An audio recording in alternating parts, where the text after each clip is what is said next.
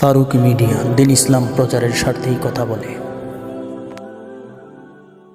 আল্লাহ আমাদেরকে কি পরিমাণ মহাব্বতে ভালোবাসে এটাই আপনাদেরকে বুঝাতে চাইতেছি না। হাজার হাজার মানুষ গোত্রের মধ্যে কিন্তু মাত্র 80 জন ঈমান আনছেন বা 82 জন ঈমান আনছেন।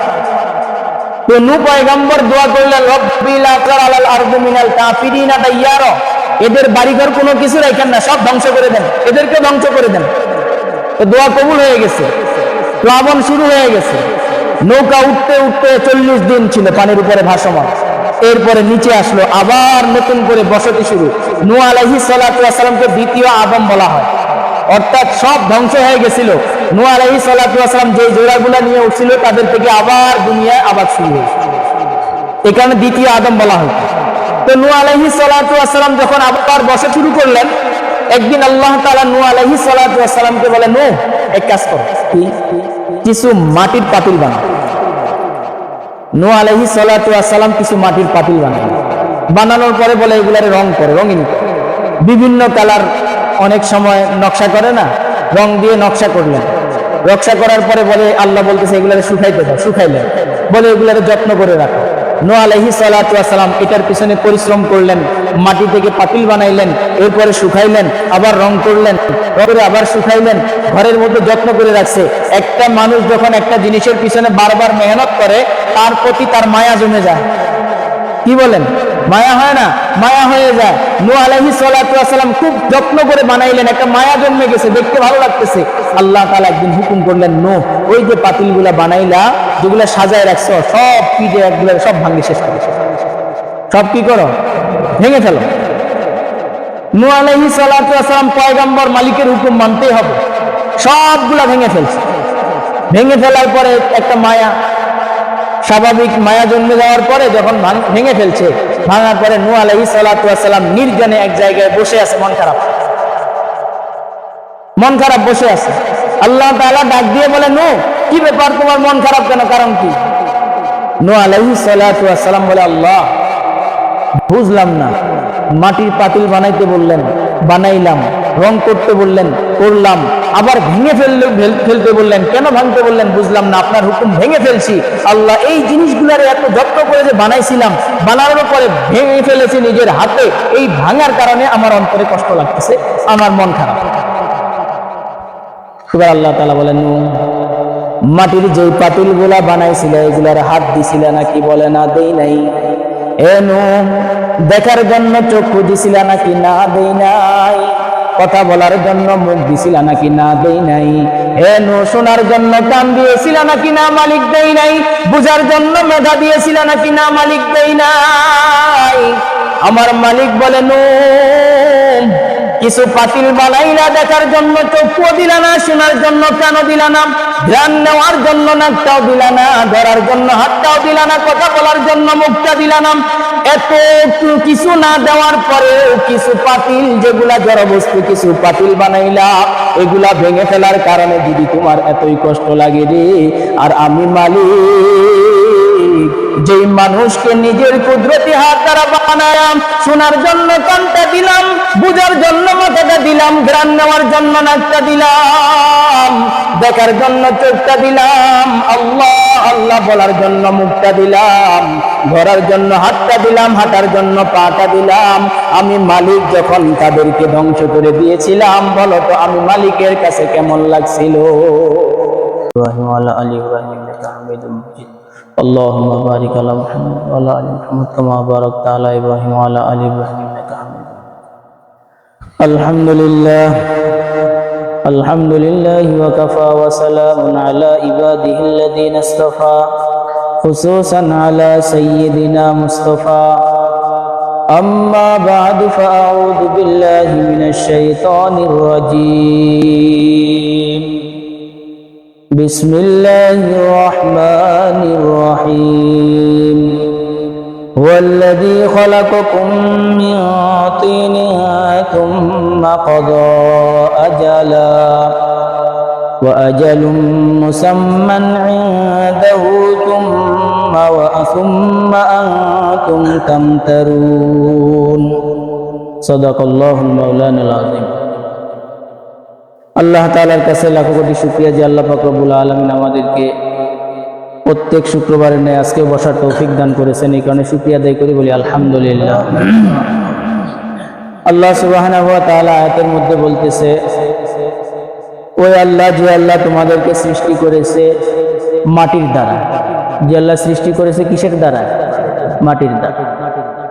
এবার আসেন, আল্লাহ তাআলা আদম নবীন আলাইহিস সালাতু ওয়াস সালামকে সর্বপ্রথম সৃষ্টি করলেন, তৈরি করলেন মাটির দ্বারা। কোন মাটি? এখন মাটির মধ্যে বিভিন্ন প্রকার আছে, কি বলেন?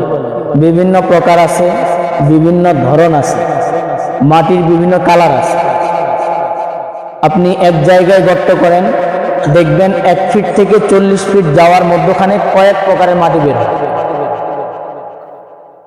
তো আল্লাহ সুবহানাহু ওয়া তাআলা আদম নবীন আলাইহিস সালাতু ওয়াস সালামকে তৈরি করার জন্য যে প্রথম মাটিটা নিয়েছিলেন মুষ্টির ভিতরে, মুহাদ্দিস মুফাসসিরিনে কেরাম বলেন ওই মুষ্টির ভিতরে পুরা জমিনের মাটিটা ছিল। সব ধরনের মাটি হাতের মুষ্টির মধ্যে ছিল, সব ধরনের মাটি ছিল। সব ধরনের মাটি নেওয়ার পরে এইখান থেকে আল্লাহ তাআলা আদম নবীন আলাইহিস সালাতু ওয়াস সালামকে তৈরি করেন। তৈরি করার পরে আদম নবীন আলাইহিস সালাতু ওয়াস সালামকে আল্লাহ তাআলা দুনিয়ায় পাঠাইলেন এক পদ্ধতিতে। এর পরে ঈসা নবীন আলাইহিস সালাতু ওয়াস সালামকে দুনিয়ায় পাঠাইলেন আরেক পদ্ধতিতে। আমাদেরকে আল্লাহ সুবহানাহু ওয়া তাআলা দুনিয়ায় পাঠাইলেন আরেক পদ্ধতি। তাহলে মানুষকে দুনিয়ায় পাঠানোর পদ্ধতি কয়টা অবলম্বন করছেন? আদম নবীন আলাইহিস সালাতু ওয়াস সালামকে আল্লাহ দুনিয়ায় পাঠাইলেন, বাবা মা কেউ ছিল না। ঈসা আলাইহিস সালাতু ওয়াস সালামকে আল্লাহ দুনিয়ায় পাঠাইলেন, মা আছে বাবা নাই। আর আমরা আল্লাহ আমাদেরকে দুনিয়ায় পাঠাইলেন বাবা মা উভয়ের মাধ্যমে দুনিয়ায়। এখন আদম নবীন আলাইহিস সালাতু ওয়াস সালামকে আল্লাহ তাআলা তৈরি করলেন মাটির দ্বারা। মাটি দিয়ে তৈরি করার পরে এখানে প্রথম মানুষ আল্লাহ যাকে সৃষ্টি করলেন তিনি হলেন আদম নবীন আলাইহিস সালাতু ওয়াস সালাম। আর প্রথম সৃষ্টি ছিল মাটি। প্রথম সৃষ্টি কি ছিল? মাটি ছিল। আল্লাহ তাআলা এই কথাই বলেন, হুয়াল্লাযী খালাকাকুম মিন তিন, ওই আল্লাহ যে তোমাদেরকে, আর যে আল্লাহ তোমাদেরকে সৃষ্টি করেছে মাটির দ্বারা। এখন আমরা তাফসীর কি জানাকে কি বুঝলাম কি, যে আল্লাহ তাআলা আদমকে বানাইলেন মাটির দ্বারা, আমাদেরকে মাটির দ্বারা কোথায় বানাইলেন? আল্লাহ তো এখানে বহু বচন ব্যবহার করছেন, খালাকাকুম তোমাদেরকে। এই আয়াতের ব্যাখ্যায় মুফাসসিরিনে কেরাম বলেন, আল্লাহ তাআলা আদম নবীন আলাইহিস সালাতু ওয়াস সালামকে সৃষ্টি করার পরে প্রত্যেকটা মানুষের রূহকে আল্লাহ তাআলা আদম নবীন আলাইহিস সালাতু ওয়াস সালামের পিঠের মধ্যে দিয়ে দিলেন। কোথায়? পিঠের মধ্যে। এখান থেকে আল্লাহ তাআলা সৃষ্টি করার পরে, মাটি দিয়ে সৃষ্টি করার পরে যখন ওইখানে রাখলেন, রাখার পরে যেমন এক আয়াতের মধ্যে আল্লাহ তাআলা, এক হাদিসের মধ্যে আল্লাহ তাআলা বলেন, আল্লাহ প্রথম আদম নবীন আলাইহিস সালাতু ওয়াস সালামের পিঠ মোবারকের ডান কুদরতি ডান হাত মারলেন। মারার পরে বললেন, যতগুলা রূহ আসলো, আসার পরে বলতেছে কুম ফিল জান্নাহ, তোমরা সবাই জান্নাতে চলে যাও, আলা উবালি, আমি কারো পরোয়া করি না। এরপরে আল্লাহ তাআলা বলেন, আবার বাম হাত আদম নবীন আলাইহিস সালাতু ওয়াস সালামের পিঠের উপরে মারলো। মারার পরে বলে কুম ফিন নার ওয়ালা উবালি, যাও তোমরা সব জাহান্নামে চলে যাও, আমি কারো পরোয়া করি না। কি পরিমাণ রূহ ছিল! কোটি কোটি রূহ এই হাতের তালুর মধ্যে। তো দেখেন আল্লাহ তাআলা বলেন, আমি তোমাদেরকে সৃষ্টি করলাম মাটির দ্বারা।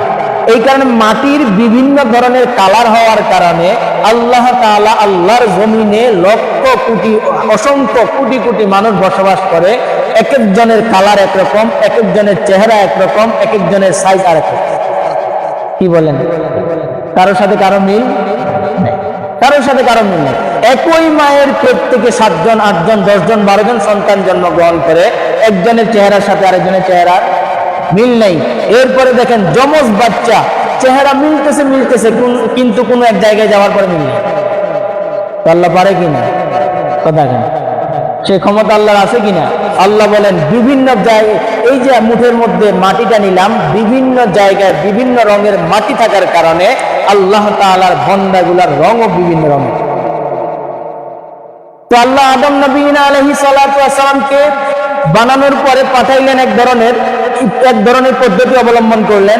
ঈসা নবীন আলাইহিস সালাতু ওয়াস সালামকে পাঠানোর পরে পাঠানোর পদ্ধতিটা আরেক ধরনের অবলম্বন করলেন। আমাদেরকে দুনিয়ায় পাঠাইলেন, পাঠানোর পদ্ধতিটা আরেক। কিভাবে পাঠাইলেন? আল্লাহ সুবহানাহু ওয়া তাআলা তাই বলেন, খালাকাল ইনসানা মিন নুতফাতিন ফাইদা হুয়া খাসীমুম মুবিন। আল্লাহ বলে তোমাদেরকে কিভাবে পাঠাইলাম? খালাকাল ইনসানা মিন নুতফাতিন ফাইদা হুয়া খাসীমুম মুবিন। আল্লাহ বলে বান্দা তোমাদেরকে আমি আল্লাহ বানাইলাম এক ফোঁটা নাপাক পানির দ্বারায়। অন্য আয়াতের মধ্যে আল্লাহ বলেন এমন নাপাক, সেটা পানি কি নাপাক, কি ধরনের নাপাক জানো নেই? মানুষ প্রসাব করলেও কিন্তু অপবিত্র হয়ে যায়, পায়খানা করলেও অপবিত্র হয়ে যায়।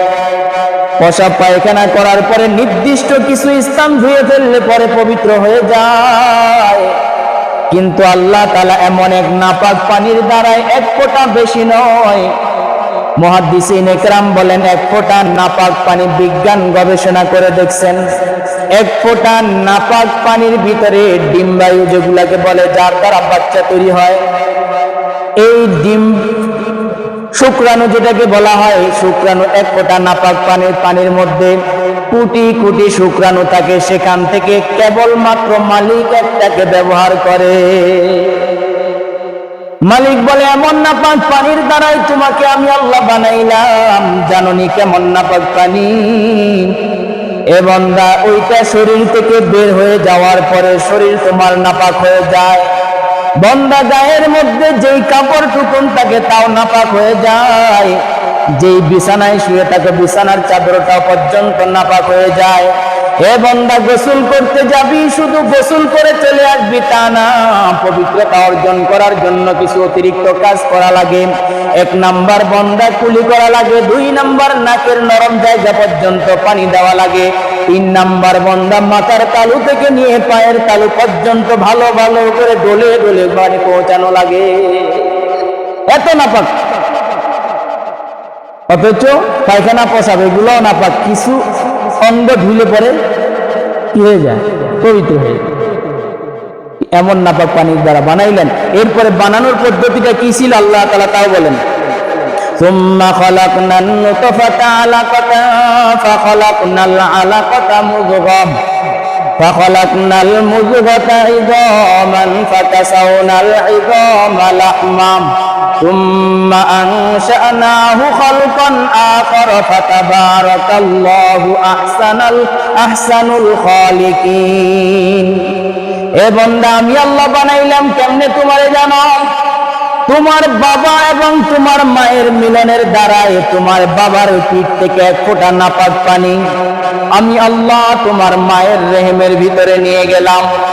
এ বান্দা, রেহেমের ভিতরে নিয়ে যাওয়ার পরে আমি আল্লাহ সেখানে প্রসেসিং শুরু করলাম। 1 চিল্লা লাগাইলাম 40 দিন। এই 1 ফোঁটা নাপাক পানি, এটারে আমি আল্লাহ 1 চিল্লা লাগাইয়া ওইটাকে রক্তের চাকে পরিণত করলাম। এ বান্দা, আবার একটা চিল্লা লাগাইলাম। 1 চিল্লা লাগানোর পরে বান্দাকে সেই রক্তের চাকটাকে আমি আল্লাহ গোশতে পরিণত করলাম। আবার 1 চিল্লা লাগানোর পরে আমি আল্লাহ সেটাকে একটা কঙ্কালে আকৃতি দিলাম। এ বান্দা, শুধু তাই নয়, আবার 1 চিল্লা লাগানোর পরে আমি সেটাকে গোশত এবং হাড্ডি দিয়ে পেঁচাইলাম। এ বান্দা, বানানোর পরে 1 চিল্লা পরে আমি আল্লাহ যখন দুনিয়ায় পাঠানোর সময় হবে তার 1 চিল্লা আগে আমি আল্লাহ তার ভিতরে রূহ দিলাম। ফানাফাখতু ফীহির রূহ, তার ভিতরে রূহ আমি আল্লাহ দিলাম। এবার দেখো, যেই মাত্র আমি আল্লাহ রূহ দিলাম, রূহ দেওয়ার পরে বান্দার খানার প্রয়োজন হয় কি? এবার বান্দা মায়ের পেটে খাবি কি? তাও আমি আল্লাহ তোর খানার ব্যবস্থা সেই জায়গায় করে দিলাম। এ বান্দা, তোর খানার ব্যবস্থা আমি কি করলাম? মুখ দিয়ে খাইতে পারবি না, দাঁত নাই, চাবাইতে পারবি না, হাত লড়ানোর মতো জায়গা নাই, পা লড়ানোর মতো জায়গা নাই, ছোট্ট একটা জায়গার ভিতরে লড়াচড়া করার মতো তেমন কোনো জায়গা নাই। বান্দারে একটু লড়লে পরে মায়ের পেটে লাথি লাগে, মা খাইতে বসছে, লড়লে পরে মায়ের কলিজায় লাথি লাগে। এ বান্দা, ওইখানে খাওয়ার তো কোনো সিস্টেম নাই। আমি আল্লাহ বিকল্প এক দ্বারাই তোর খাওয়ার ব্যবস্থা করলাম। তোর মায়ের নারীর সাথে তোর নারীর সম্পর্ক করে দিলাম। তোর মা যা খাবে সেখান থেকে একটা অংশ তোর পেটের ভিতরে চলে যাবে। আল্লাহু আকবার! কি পরিমাণ, কেমন কারিগর, চিন্তা করে দেখ, কেমন কারিগর! আবার এবার প্রশ্ন, মালিক তো খাওয়াইলেন, নাভি দিয়ে খাওয়াইলেন, মুখ দিয়ে খাওয়াইলেন না, কারণটা কি? মালিক বলে, বান্দারে তোর মায়ের খানার থেকে যেই খানাটা তোকে খাওয়াইছিলাম সেটা ছিল নাপাক খাওয়া। হে বান্দা, এই নাপাক জিনিসটা তোর মুখ দিয়ে ঢুকবে আমি মালিক চাই নাই। এই কারণে আমি আল্লাহ তোর মুখটাকে পবিত্র রাখার জন্য তোর মায়ের নারীর সাথে নারীটাকে যোগ লাগাই দিলাম। মুখ নাপাক করে নাই, ইচ্ছা করলে মালিক মুখ দিয়েও খাওয়াইতে পারতো কিনা? মুখের কি করে নাই, কিন্তু দুনিয়ায় আসার পরে মুখ দিয়ে কি খাইতেছি কোনোদিন চিন্তা করি, ঠিক না? কোনোদিন চিন্তাও করি কি খাইতেছি। আল্লাহ বলে, বান্দা এত সুন্দর করে তোরে বানাইলাম, তোরে আমি মায়ের পেটের ভিতরে রাখলাম। এরপরে আল্লাহ বলেন, বান্দা যখন তোর আসার সময় হয় আসবি কিভাবে তাও আমি আল্লাহ ব্যবস্থা করে রেখেছি, তাও ব্যবস্থা করে রেখেছি। ইয়াখরুজু মিন বুতুনি উম্মাহাতিকুম লা তা'লামুনা শাইআ। হে বান্দা, তোর মায়ের পেটের ভিতরে তুই ওজন 2.5 কেজি, 3 কেজি, 3.5 কেজি, আল্লাহ তো মায়ের পেট থেকে কিভাবে বের করলাম। হে বান্দা, মায়ের ছোট্ট একটা জায়গা দিয়ে আমি তোকে দুনিয়ায় বের করে দিলাম। বান্দা কোনোদিন চিন্তা করে তুই পারবি না। আরো আজীব ঘটনা হইল, বান্দা মায়ের পেটে থাকা অবস্থায় দুনিয়ায় আসতে চায় না। শুনছেন কোনোদিন? শুনেন, বাচ্চা এখন দুনিয়ায় আসার সময় হয়, ফেরেশতা তারে বলে বেরোয় যায়। কি বলে? বেরোয় যায়। এ জানে যে দুনিয়ায় গেলে সেখানে গুনাহ, এখানে যাওয়ার পর এখানে থেকে ফিরে এসে জান্নাত পাবো এই আশা করা যায় না। দুনিয়ায় ভালো না, এই কারণে পেট থেকে বাইরে হতে চাইবে। ফেরেশতা বলবে বের হ, না বের হবে, জোরাজোরি করবে। এক পর্যায়ে যখন 10 মাস 10 দিন, 9 মাস 10 দিন, অথবা 10 মাস অথবা 9 মাস 15-20 দিন হয়ে যায়, ফেরেশতা বলে বের হ, বলে বের হব না, বলে বের হব না। এবার ফেরেশতারা প্রসেসিং কইরা সাইজে আইনা একেবারে মায়ের বের হওয়ার স্থান দিয়ে লজ্জা স্থানের বরাবর মাথাটাকে নিয়ে এসে ভিতর থেকে ধাক্কা মারে ভিতরে, আর আল্লাহর বান্দা থাকতে পারে না। কোনো সময় নাই, সেই বিশ্বাসটা আমাদের নাই, সেই বিশ্বাসটুকু আমাদের নাই যে মালিক ইচ্ছা করলে সব কিছু করতে পারেন। আর এই বিশ্বাসটা এক সময়, আজকে থেকে পিছনে 10 বছর দিকে যান, এই বিশ্বাস আমাদের মা বোনদের দাদিদের ছিল। এই কারণে তারা সিজার কি জিনিস বুঝতোই না। সিজার কি জিনিস বুঝতো না। আর এখন সিজার ছাড়া মানে সিংকাতে বের করা লাগবে। হ্যাঁ, সিংকাতে বের করা লাগবে, এমনি বাইরে হবে। আল্লাহ চাইলে পারে কিনা? এরপরে আল্লাহ বলেন, বান্দা এই এত কথা করে বলার কারণটা কি? এত কিছু তোমাকে কেন বলতেছি আমি? বান্দা জানো, আমি আল্লাহ কোন জিনিস বানানোর সময় আমার কুদরতি হাতকে আমি আল্লাহ ব্যবহার করি। কোন জিনিস বানানোর সময় কোন বলছি ফায়াকুন, সাথে সাথে হয়ে গেছে। কিন্তু বান্দা তোরে যখন বানাইলাম, বানানোর সময় আমি আল্লাহ নিজের কুদরতি হাত ব্যবহার করে করে তোকে বানাইছি। আল্লাহ তাআলা বলেন, ইয়া ইবলিস মা মানাকা আন তাসজুদ। হে ইবলিস, তোরে কে মানা করলো তারে সিজদা দেওয়া থেকে? আদম নবীকে সিজদা করার জন্য বলছে, কে মানা করছিল? খালাকাহু বিয়াদাইয়া। জানো না তুমি যাকে আমি নিজের হাতে তৈরি করেছি, নিজের কুদরতি হাতে যাকে তৈরি করেছি, জানো না? কি পরিমাণ মায়া আর মহাব্বত করে মালিক আমাদেরকে, জানেন কি পরিমাণ মায়া আর মহাব্বত করে? নূহ আলাইহিস সালাতু ওয়াস সালাম 950 বছর দাওয়াত দিয়েছেন। কত বছর বলেন? কত বছর? 950 বছর দাওয়াত দিলেন। মাত্র 80 থেকে 82 জন মানুষ ইসলাম ধর্ম গ্রহণ করছে। নির্যাতন, নিপীড়ন যা করার দরকার কম করছে। এক পর্যায়ে নবীরা মুস্তাজাবুদ দাওয়াত, নবীরা বিরক্ত, নবী যে দোয়া করে আল্লাহ দোয়া কবুল করে নেন। এক পর্যায়ে নূহ আলাইহিস সালাতু ওয়াস সালাম আল্লাহর কাছে দোয়া করলেন, ওয়াকালা নূহ রব্বি লা তাযার আলাল আরদি মিনাল কাফিরিনা দাইয়ারা। মালিক, এই কাফেরদের বাড়ি ঘর এদের কোনো নিশানাও আপনি রাখেন না। পয়গম্বররা মুস্তাজাবুদ দাওয়াত, যে দোয়া করে সাথে সাথে কবুল হয়ে যায়। আল্লাহ তাআলা দোয়া কবুল করে নিলেন। একটু পিছন থেকে আসতে, তাহলে বুঝতে আপনাদের সহজ হবে কি পরিমাণ নির্যাতন করছে নূহ আলাইহিস সালাতু ওয়াস সালামের উপরে, বুঝবেন। একটু খেয়াল করে নূহ আলাইহিস সালাতু ওয়াস সালাম বলতেছে, আল্লাহ তাহলে এখন কি করতে পারি? দোয়া কবুল হয়ে গেছে, বলে নৌকা বানাও। নৌকা বানানোর পরে এবারে হাসিনা নৌকা বুঝেন না যে যেটা কোনোদিন ডুববে না, ওই যে বলছিল না, যেটা হলো নূহ আলাইহিস সালামের নৌকা, এটা কোনোদিন ডুববে না বলছিল কিনা? ডুবছে কিনা? কোনখানের জিনিস কার পায়জামা কারে আনে পড়াইছে খেয়াল করছিলেন? আপনার বক্তব্যটা শুনছিলেন? শুনছেন আপনারা কি? অনেকে কার পায়জামা কারে আনে পড়াইছিল, তা আল্লাহ তাআলা দেখাই দিল কোনখানে নূর নৌকা আর কোনখানে তোর নৌকা, আল্লাহ দেখাই দিল একে। তো বানানোর পরে নূহ বললেন যে প্রসেসিং বলে দিলেন, এইভাবে নৌকা তৈরি করো। নূহ আলাইহিস সালাতু ওয়াস সালাম নৌকা তৈরি করতেছে, এলাকার মানুষরা বলে, ও নূহ কি করো? নৌকা তৈরি করি। কারণ কি? প্লাবন হবে, ডুবে যাবা তোমরা সবাই। কোনো সময় চোখে দেখিনি আর প্লাবন এখন হবে। হ্যাঁ, সব তোমার এগুলা বাইসালি ছাড়া আর কিছু। এই ধরনের কথা বলে টিটকারি করে, আর মনে মনে বলে রাগ, তুই বানাই তৈরি কর, তোর এটারে আমরা কি করি দেখ।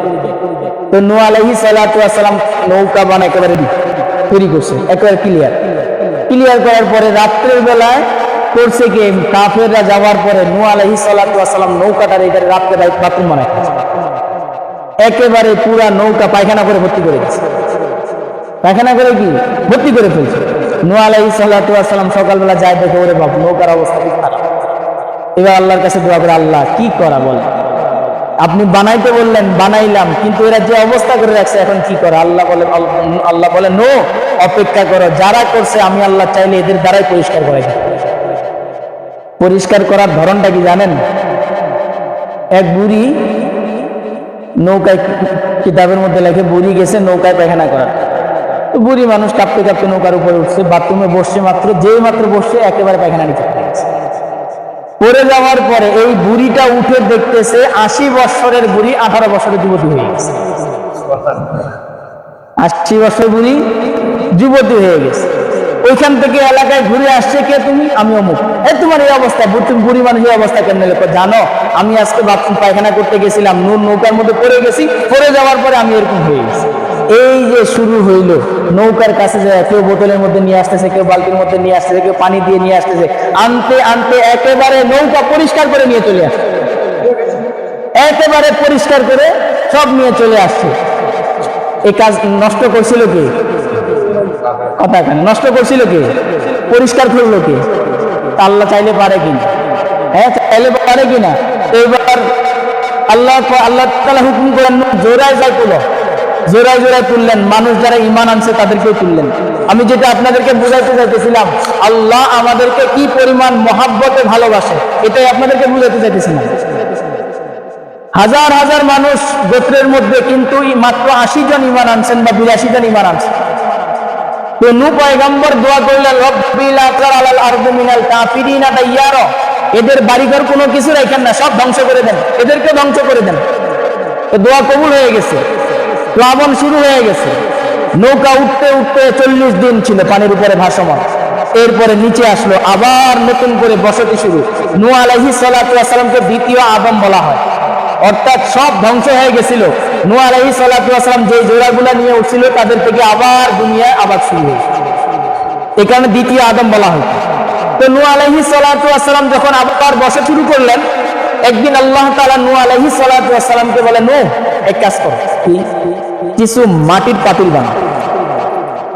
নূহ আলাইহিস সালাতু ওয়াস সালাম কিছু মাটির পাতিল বানায়, বানানোর পরে বলে এগুলারে রং করে, রঙিন বিভিন্ন কালার, অনেক সময় নকশা করে না, রং দিয়ে নকশা করলেন। নকশা করার পরে বলে, আল্লাহ বলতেছে এগুলারে শুকাইতে দাও, শুকাইলেন, বলে এগুলারে যত্ন করে রাখো।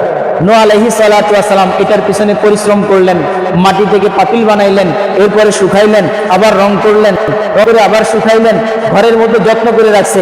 একটা মানুষ যখন একটা জিনিসের পিছনে বারবার মেহনত করে, তার প্রতি তার মায়া জমে যায়। কি বলেন? মায়া হয় না? মায়া হয়ে যায়। নূহ আলাইহিস সালাতু ওয়াস সালাম খুব যত্ন করে বানাইলেন, একটা মায়া জন্মে গেছে, দেখতে ভালো লাগতেছে। আল্লাহ তাআলা একদিন হুকুম করলেন, নূহ ওই যে পাতিলগুলা বানাইলা, যেগুলা সাজায় রাখছো, সব পিঠে একগুলা সব ভাঙি শেষ করো, সব কি করো? ভেঙে ফেলো। নূহ আলাইহিস সালাতু ওয়াস সালাম পয়গম্বর, মালিকের হুকুম মানতেই হবে, সবগুলা ভেঙে ফেলছে।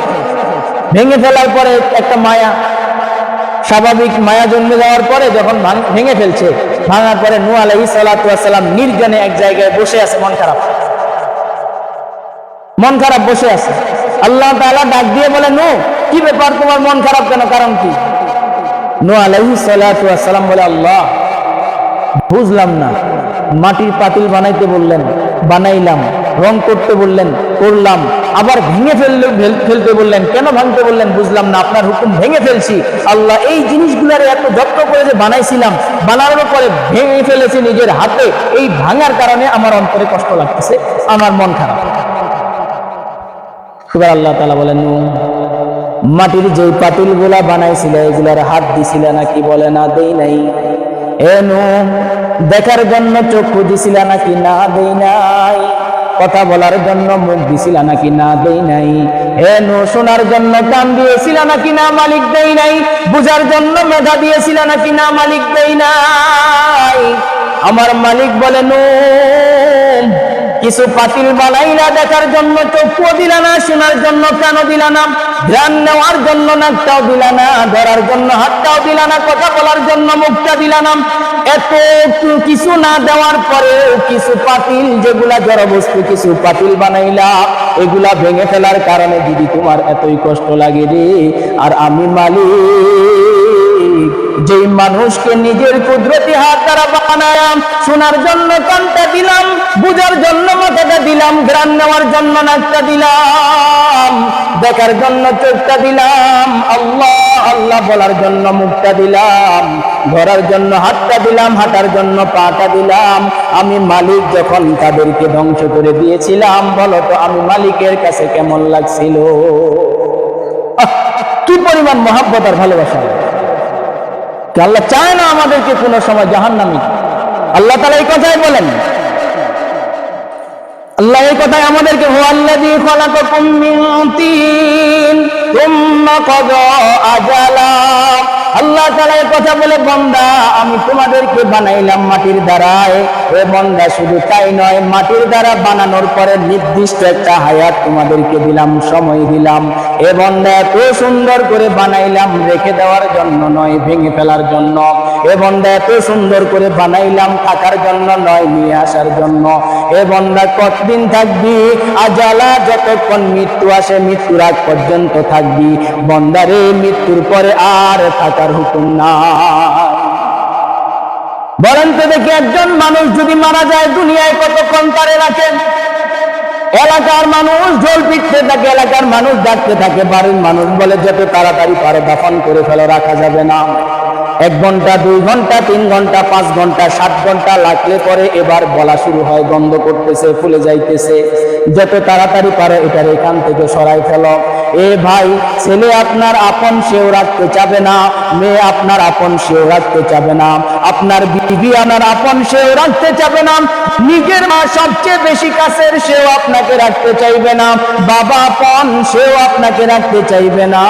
সবাই আপনার আরামের বিছানা থেকে টেনে হেসড়ে নামায়া, ওই যে টিনের কিছু অ্যালুমিনিয়াম খাটের উপরে শোয়ায়া, বালিশবিহীন 3টা কাপড় পরায়া, যত তাড়াতাড়ি পারে আপনাকে নিয়ে যাবে কবরস্থানের দিকে। কি বলেন, রাখবে নাকি না রাখার জিনিস? কথা কেন, রাখার জিনিস নাকি?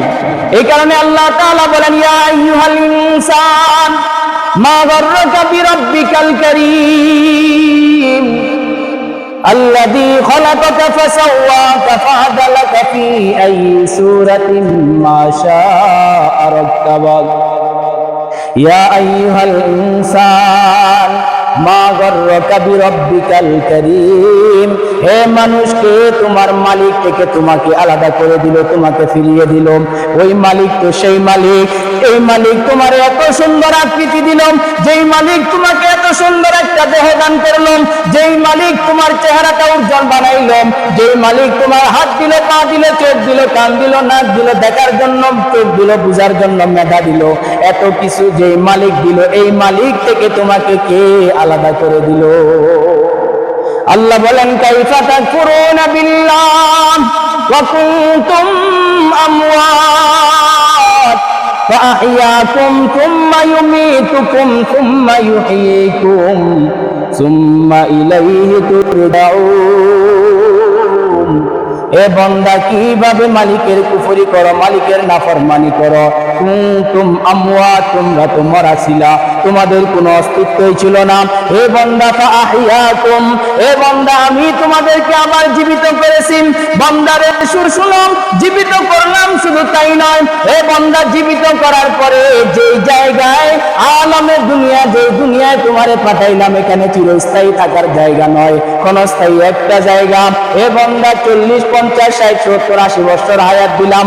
এই হায়াতকে পাওয়ার পরে বান্দা বহু কিছু মনে করবা না, এই হায়াতকে পাওয়ার পরে হামবড়াই করিও না। এ বান্দা জাননি এই যে হায়াতটুকুন দিলাম বান্দা, আমি কিন্তু তোমার পিছনে আরেকটা জিনিস রেখে দিয়েছি, সুম্মা ইউমিতুকুম সুম্মা ইউহয়িকুম। হে বান্দা সুম্মা ইউমিতুকুম, আবার তোমাকে মরতে হবে। বান্দারে মরার পরে আমার কাছে আসতে হবে। এই কারণে আমরা মাটি দেওয়ার সময় যখন মুর্দাকে কবরে মাটি দেই কি বলি? মিনহা খালাকনাকুম ওয়া ফিহা নুঈদুকুম ওয়া মিনহা নুখরিজুকুম তারাতান উখরা। সব সময় বলি, কোনদিন খেয়াল করি নাই। মিনহা খালাকনাকুম ওয়া ফিহা নুঈদুকুম ওয়া মিনহা নুখরিজুকুম তারাতান উখরা। ও মালিক, আপনি এই মাটি থেকে আমাকে সৃষ্টি করেছিলেন, আবার এই মাটিকে এই মাটিতে রাখা হইল, আবার এই মাটি থেকে আপনি পুনরায় জীবিত করবেন। এ বান্দা জীবিত করব, শুধু তাই নয়, এই যে 60 বছর 70 বছর হায়াত দিলাম বান্দারে, হায়াতের প্রতিটা সেকেন্ডের হিসাব কিন্তু তোর থেকে নিব। বাঁচার সুযোগ কথা কয় না, বাঁচার সুযোগ কি নাই। এরপরে আল্লাহ তাআলা আরো বলেন, ওয়াজালুম মুসাম্মা ইনদাহু সুম্মা আনতুম তামতারুন। ইনশাআল্লাহ আল্লাহ যদি তৌফিক দান করে এরপর থেকে বাকি আয়াতের আলোচনা হবে। ওয়া মা তৌফিক ইল্লা বিল্লাহ।